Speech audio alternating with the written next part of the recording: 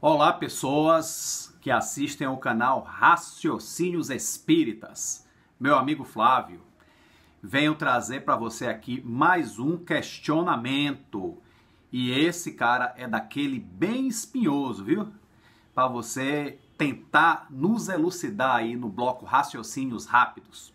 Bom, o que seria tão espinhoso, né? Não é... Mais uma vez, não é um assunto muito de ordem doutrinária, mas comportamental, né? Comportamento de pessoas do meio espírita. Bom, é sobre tatuagem, meu amigo.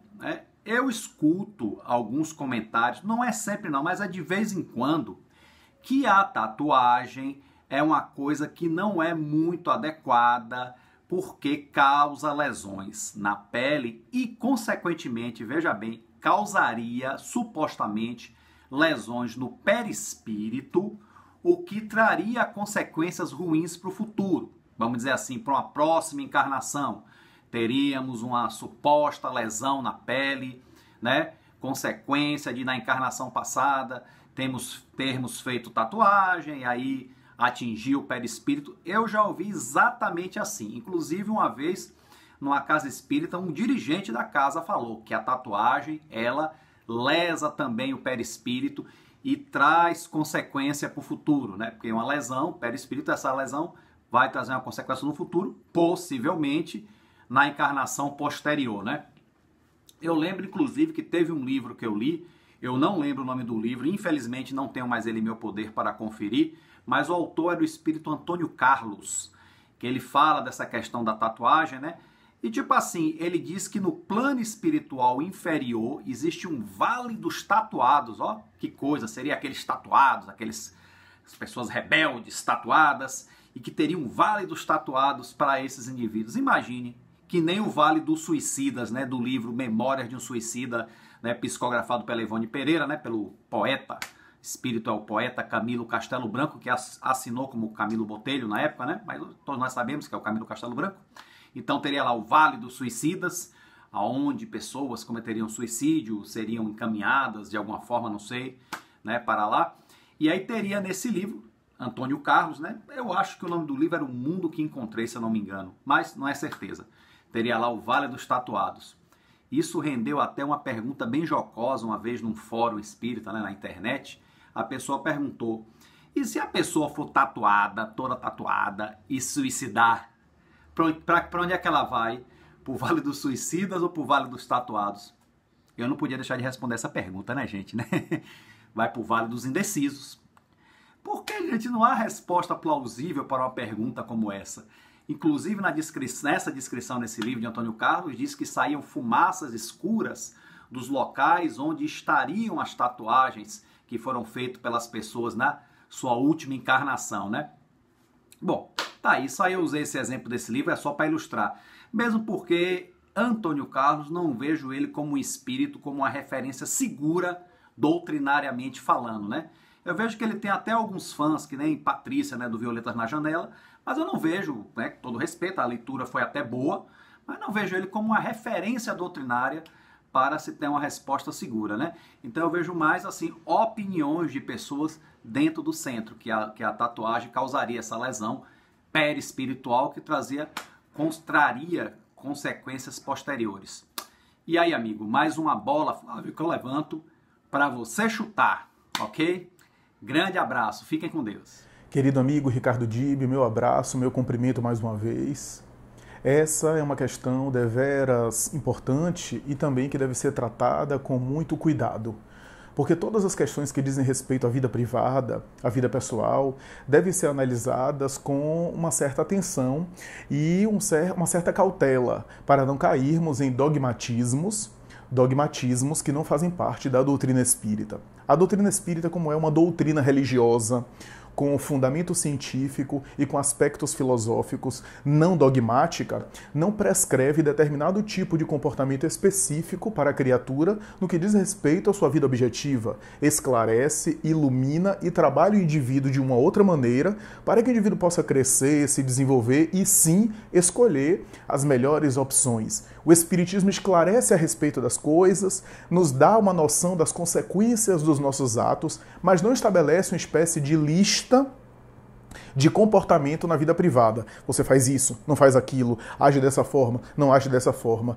Ele estabelece aquilo que é essencial do ponto de vista moral. E esse essencial abarca, claro, todos os aspectos da nossa vida, mas é uma doutrina que trabalha de uma outra forma, diferentemente das doutrinas religiosas dogmáticas, que estabelece às vezes o tipo de roupa que você deve vestir, o tipo de alimento que você deve comer, o tipo de vida social que você deve ter, a forma como você fala. Tem religiões que estabelece e prescreve uma série de exigências típicas do comportamento privado, da vida pessoal. O Espiritismo não trabalha dessa forma. Ele elabora a ideia de que somos regidos por leis morais, estabelece aquilo que é essencial do ponto de vista moral, que afeta os detalhes da nossa vida privada, mas dá-nos aí a responsabilidade e o mérito de, ao examinar as leis morais, avaliar para o nosso caso particular e o nosso cotidiano, a fim de aplicar essas leis morais compatível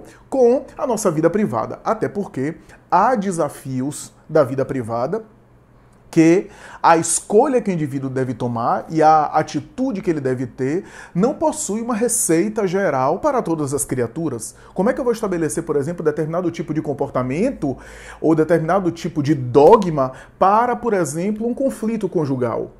Para determinados conflitos conjugais, a opção de levar adiante uma relação difícil e contorná-la seria a opção ideal. Mas não é para todo mundo. Para outras pessoas, de repente, às vezes o rompimento, a desvinculação do laço é para evitar males maiores, como diz o próprio Espírito Emmanuel em uma mensagem sobre esse tema. Então não dá para estabelecer uma receita para todo mundo, um dogma para todo mundo, porque há inúmeras variáveis de contexto, de contingência, de capacidade individual da criatura de lidar com o problema, né, das resistências de cada um, porque as resistências de cada um são variáveis. No caso da tatuagem, estamos diante de um comportamento cultural que em determinadas épocas fez muita moda e se notabilizou, colocou-se em evidência e recebeu a adesão de muitos indivíduos. Há análises psicológicas, sociológicas a respeito do uso de tatuagem que a gente não vai enveredar muito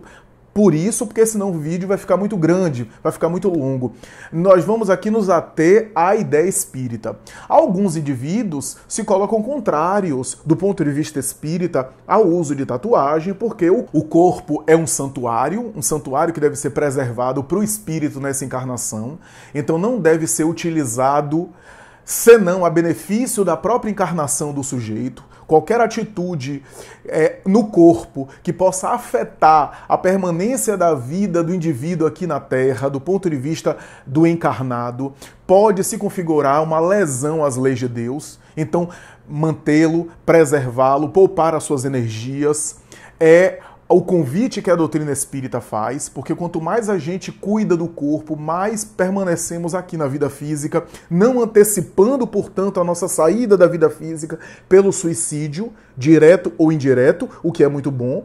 O corpo deve ser preservado, deve ser respeitado como dádiva de Deus, que nos emprestou temporariamente a veste fisiológica para que o espírito possa vesti-la, possa usá-la, a fim de realizar o seu processo de crescimento aqui nesse mundo. Então, há espíritas e há textos que abordam a tese da tatuagem nessa linha de raciocínio, nessa lógica, que não se deve infringir, lesar, alterar a constituição biológica, a constituição corporal, física, por motivos fúteis, por uma situação banal, sem nenhum tipo de aspecto importante, propósito importante, e há autores que abordam nesse sentido, estabelecendo que deveria o indivíduo evitar o uso de tatuagens nesse sentido, porque é uma atitude de alterar a imagem corporal de uma maneira banal, sem um propósito superior, sem um objetivo elevado, sem um significado específico, a não ser algo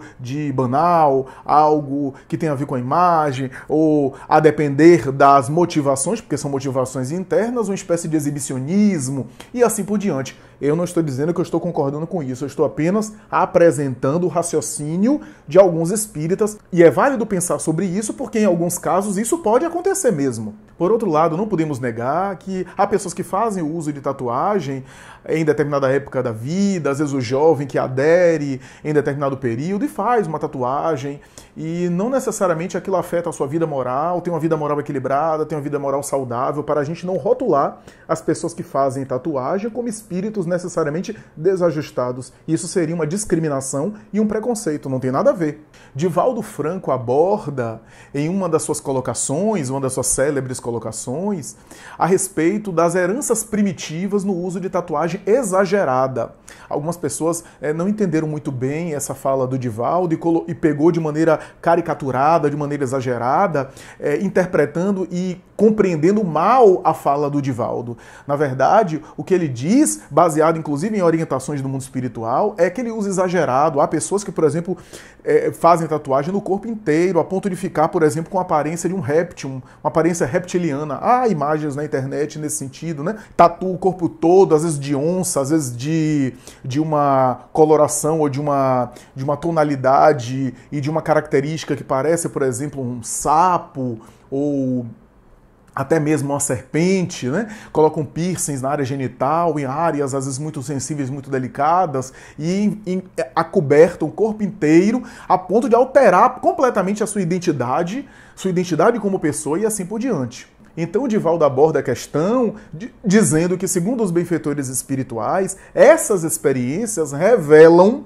reminiscências de existências passadas, quando o indivíduo peregrinou na vida tribal, como guerreiro, experiências primitivas do sujeito, quando ele utilizava, inclusive, essas alterações através da pintura e através de alterações corporais para, inclusive, se camuflar e para a estratégia da guerra, dizendo que alguns desses, que assim se revelam, são espíritos belicosos do passado e que trazem ainda os vestígios desse primitivismo em experiências primitivas, em experiências tribais. Isso não quer dizer que, segundo a minha opinião e a minha interpretação, que o Divaldo está generalizando todos os casos. Ele está falando desses casos excessivos, esses casos que alguns indivíduos consideram patológicos, do indivíduo alterar a própria identidade, a própria autoimagem, ou a imagem que as pessoas têm dele mesmo, alterando a sua constituição. Nada contra, todo respeito à liberdade, à autonomia, porque isso não agride a ninguém, então o indivíduo tem o direito de fazer isso,